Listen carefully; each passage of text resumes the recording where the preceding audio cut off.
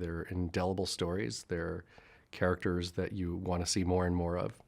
And if you are lucky enough to catch an Agatha Christie book or play at the right age, it's going to stay with you and remain charmed and charming.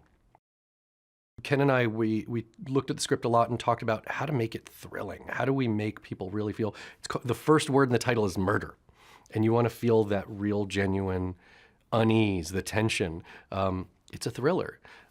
As much as Poirot brings comedy, this is a comedic character in a very, very serious situation. And part of our approach to it was to show that contrast, because Poirot's used to being ahead of the situation, in control of the situation, and he meets in Murder on the Orient Express a case that's beyond his understanding at the time. Revising the script with Ken, it was an interesting process. It was the first time I'd ever worked with someone who's going to be both directing and starring in it, so we got to do those passes together, that we would be thinking not only of how it would be shot, but how he would want to play individual moments. So we could look at a line and discuss the tone and the camera angles, but also hear him read it directly to me and be able to shape the lines instantly for him. It was a very interesting process and a very efficient process. When you sit down to adapt Murder on the Orient Express, first thing you're struck by is how many characters are in it. And then you can't help but wondering, as you're characterizing them, who could inhabit these roles, who would play them. And here we are, we're filming, it's day one, and it's shocking who we've managed to pull in. It exceeds any expectation we had of, wouldn't it be great if we got someone like this or that?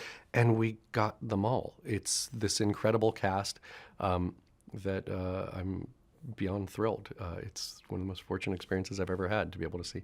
We always imagined that the poster might be thrilling, and it is.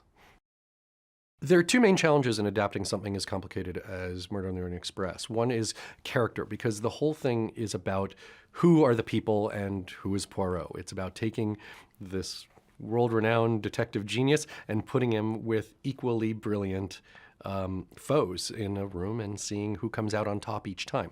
The second big challenge of adapting something like this is maintaining the plot, because the plot is intricate and woven, and we have Christie to thank for it.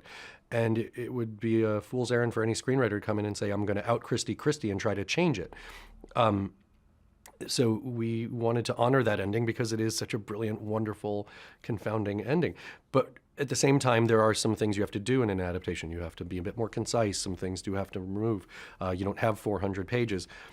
And so this has been a rare experience where every once in a while we'll get a note from a producer or studio, or Ken and I will be talking, and I'll have to be the one to say, oh, we can't do that because of the story. And you have to protect that, and everyone wants it. Everyone wants, the math has to check out. The eventual reveal has to feel possible and true.